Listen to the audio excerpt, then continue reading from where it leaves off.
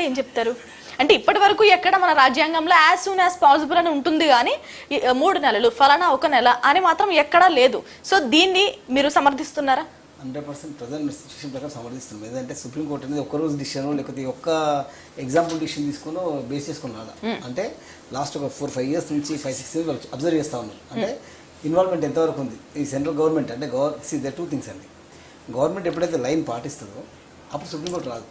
They know how to maintain themself. కానీ ఎక్కడైతే వీళ్ళు లైన్ దాటి వీళ్ళు ముందుకు వచ్చి ఎప్పుడైతే బీజేపీ వీళ్ళు ప్రెసిడెంట్ కానివ్వండి, గవర్నర్ కానివ్వండి, ప్రతి ఒక్క డిపార్ట్మెంట్ అందరు వీళ్ళు వాడుకున్నప్పుడు ఎప్పుడైతే వాళ్ళకి డౌట్ వస్తుందో, ఎప్పుడైతే దే ఫీల్ మనం సింక్ అవుతున్నాం అనుకున్నప్పుడు definite supreme court will take a decision. And definite మేము సమర్థిస్తాం. అంటే ఈ విషయంలో 3 నెలలు టైం పట్టింది సమర్థిస్తున్నారు.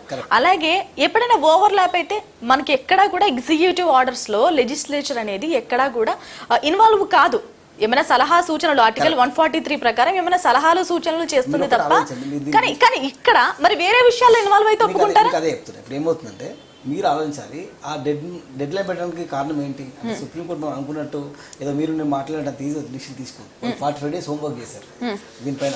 ధర్మాసనం 45 days హోంవర్క్ చేసి చాలా మందితో మాట్లాడి అన్ని చూసిన తర్వాత ఈ 3 months లాకింగ్ పీరియడ్ లేకపోతే అల్టిమేట్ ప్రజలకు నష్టం జరుగుతూ ఉంది. అంటే ఎనీ గవర్నమెంట్, అది ఈ గవర్నమెంట్ ఆ గవర్నమెంట్ పక్క పెడితే ఏ గవర్నమెంట్ ఉన్నా సరే ఒక అమెండ్మెంట్ చేసి పంపించినప్పుడు గవర్నర్ దగ్గర పొలిటికల్ ఇంట్రెస్ట్తో ల్యాబ్స్ అయినప్పుడు ultimately that last the public. ఆ ల్యాబ్స్ కాకూడదు అనేది గవర్నమెంట్ సెకండ్ డిసిషన్. రైట్. సముద్రాల గారు, అంటే తమిళసై వ్యవహారం రాష్ట్ర ప్రజలందరూ చూసారు. ఏవైతే చట్టాలు ఆమె దగ్గర పెట్టుకుని ఎంత డిలే చేసింది, దీనిపైన కేసీఆర్ కూడా అప్పుడు చాలా స్ట్రాంగ్ గానే మాట్లాడారు. సో ఈ టైం లిమిట్ పెట్టడాన్ని మీరు ఆహ్వానిస్తున్నారా? అంటే ఆనాడు కేసీఆర్ గారు ఏమి మాట్లాడలేదు, ఆయన చేయాలనుకున్న కార్యక్రమాలు చేసుకుంటూ పోయారండి. ఆనాడు జరిగింది అదే.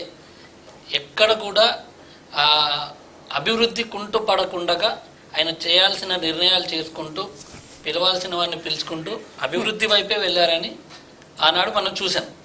అది కూడా చాలా చాలా రసాబస అయింది, అందరికి తెలిసిన విషయమే. కానీ ఇక్కడ ఇంకొక విషయం ఏంటంటే, ఇప్పుడు సుప్రీంకోర్టు ఏదైతే వారికి 3 నెలలు గడువు అనేది ఇచ్చిందో, కానీ అక్కడ రాష్ట్రపతి గారికి ఇంత సమయంలోనే ఇది చేయాలి అనేది లేదండి. ఓకే, అది లేదు. రాష్ట్రపతి గారు 2 హక్కులు కలిగి ఉంటారు. ఒకటి రిజర్వ్ చేయడం, 2 దాన్ని అమలుపరచడం, ఓకే చేయడం. ఈ 2 ఆప్షన్లు ఉంటాయి. రిజర్వ్ చేసినప్పుడు దానికి కనీసం స్పందన అనేది ఉంది అంటే సుప్రీంకోర్టు జోక్యం చేసుకోదు.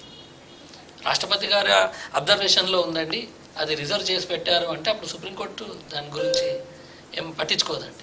అంటే ఎన్ని నెలలు ఎన్ని సంవత్సరాలు అదే ఇక్కడ మెయిన్ చిక్కు అదే అండి. ఇప్పుడు అక్కడ సమస్య అక్కడే ఆగిపోయింది. ఇప్పుడు ఏం నిర్ణయం తీసుకుంటారు, ఎలా ముందుకెళ్తారు అనేది అందరం చూడాల్సిందే. ఈ 3 నెలల సమయంలో తర్వాత ఏం జరుగుతుంది అని అందరం చూడాల్సిందే, అందరం గమనించాల్సిందే. రైట్ అండి, రైట్. లక్ష్మీనారాయణ గారు కూడా జాయిన్ అవుతున్నారు వార్ రూమ్ లో, సీనియర్ అనలిస్ట్. లక్ష్మీనారాయణ గారు, లక్ష్మీనారాయణ గారు, లక్ష్మీనారాయణ గారు, యా నమస్తే అండి, welcome to war room. Lakshminarayana గారు మీరు మాట్లాడండి. ఓకే, లక్ష్మీనారాయణ గారు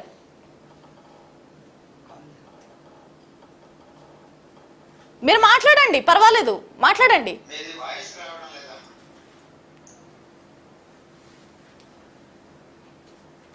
అసలు రాష్ట్రపతికి టైం పెట్టే హక్కు సుప్రీంకోర్టుకు ఉందంటారా?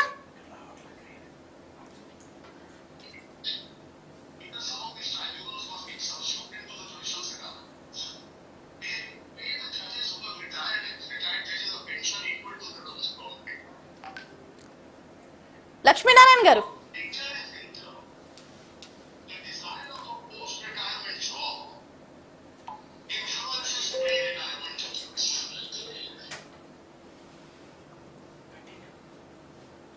Right right.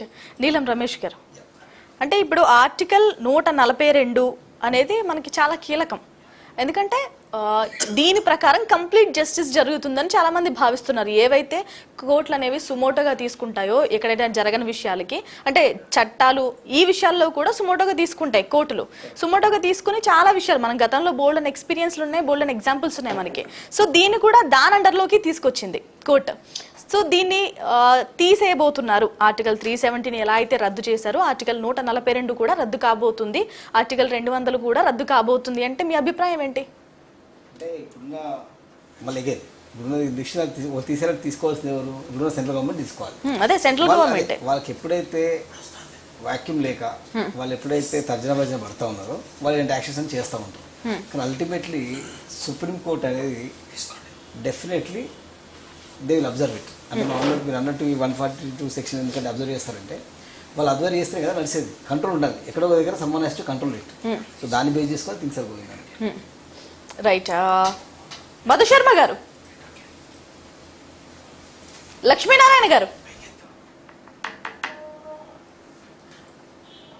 Lakshminarayana garu,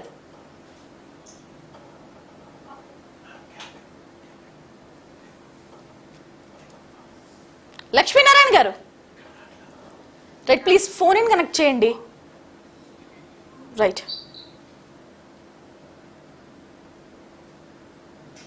right Samudra garu, గతంలో కూడా కాంగ్రెస్ ప్రభుత్వం ఎమర్జెన్సీ లాంటి విషయాన్ని మనం చూసాం. ఎమర్జెన్సీ అప్లై చేసినప్పుడు న్యాయ వ్యవస్థలు కానీ ఏ వ్యవస్థ కూడా పనిచేయలేదు, ఈవెన్ మీడియా కానీ ఏది కూడా. సో మళ్ళీ అలాంటి రోజులు తీసుకురాబోతుంది బీజేపీ ప్రభుత్వం. ఎందుకంటే న్యాయ వ్యవస్థను ఎప్పుడైతే బంధించిందో ఇంకెవరు కూడా స్వేచ్ఛగా మాట్లాడలేరు. ఇప్పటి వరకు మన హక్కులు అన్ని ప్రొటెక్ట్ చేయబడుతున్నాయంటే కోర్టులు ఉన్నాయి కాబట్టి చాలా మంది బహిరంగంగా వచ్చి మాట్లాడడం కానీ ఫ్రీడమ్ మనకుంది, ఇండిపెండెన్స్ మనకుంది. ఎప్పుడైతే బంధించబడుతున్నాయో కోర్టులు ఇంకా ఎమర్జెన్సీ కండిషన్స్ వచ్చినట్టేనా? అంతే కదండి. ఇప్పుడు మీరు ఒకటి గమనించండి, ఇలాంటి సమస్యలు ఏ రాష్ట్రాల్లో వస్తున్నాయండి? బీజేపీ ఎక్కడ లేదో, ప్రాంతీయ పార్టీలు ఎక్కడైతే బలంగా ఉన్నాయో అక్కడే ఇలాంటి సమస్యలు వస్తున్నాయి. అంటే కేంద్ర ప్రభుత్వం ఇలాంటి వైఖరి చేస్తుందని స్పష్టమైపోయింది, ప్రజలకు అర్థమైపోయింది ఇక్కడ ఏం జరుగుతుంది అనేది. ఇక్కడ గతంలో కూడా చూసుకుంటే ఆనాడు కేసీఆర్ గారు ప్రభుత్వంలో ఉన్నప్పుడు గవర్నర్ గారి దృష్టికి ఇవన్నీ తీసుకెళ్లడం జరిగింది. ఏది ఆనాడు కేంద్ర ప్రభుత్వం నవోదయ పాఠశాలలు కేటాయించకపోవడం, మెడికల్ కాలేజీలు ఒక్కటి కూడా తెలంగాణ రాష్ట్రానికి ఇవ్వకపోవడం, బయారం ఉక్కు ఫ్యాక్టరీ మా ప్రభుత్వం ఉన్నప్పుడు కూడా ఇలాంటి కష్టాలు బాధలు పడింది. ఎంతో అభివృద్ధి జరగాల్సింది ఆనాడు కూడా ఆలస్యం అయిందంటే కూడా కారణం ఇదే. గవర్నర్ గారు సానుకూలంగా ఉండకపోవడం, ప్రతి చోట స్పీడ్ బ్రేకర్లు వేయడం, దూసుకుపోతున్న ప్రభుత్వానికి అడ్డుకట్టలు వేయడం, ఎక్కడ మళ్ళీ నెక్స్ట్ ఎన్నికల్లో ఎక్కడైతే మళ్ళీ మనం గెలవలేమనుకొని కేంద్ర ప్రభుత్వం భావించడం, ఇక్కడ గవర్నర్ని అడ్డు పెట్టడం, ఇదే జరుగుతుంది ముఖ్యంగా ప్రాంతీయ పార్టీలు ఉన్న రాష్ట్రాలలో. ఇప్పుడు బీజేపీ పార్టీ ఏదైనా చేయగలుగుతుందండి, కేంద్రంలో ఉన్నారు వాళ్ళే, ఏదైనా చేస్తారు, ఎలాంటి నిర్ణయాలైనా తీసుకుంటారు. ఇప్పుడు అందరు చూస్తున్నారు, ప్రజలందరూ అన్ని గమనిస్తున్నారు, ఎవరు ఎక్కడ ఏం చేస్తున్నారు, ఏం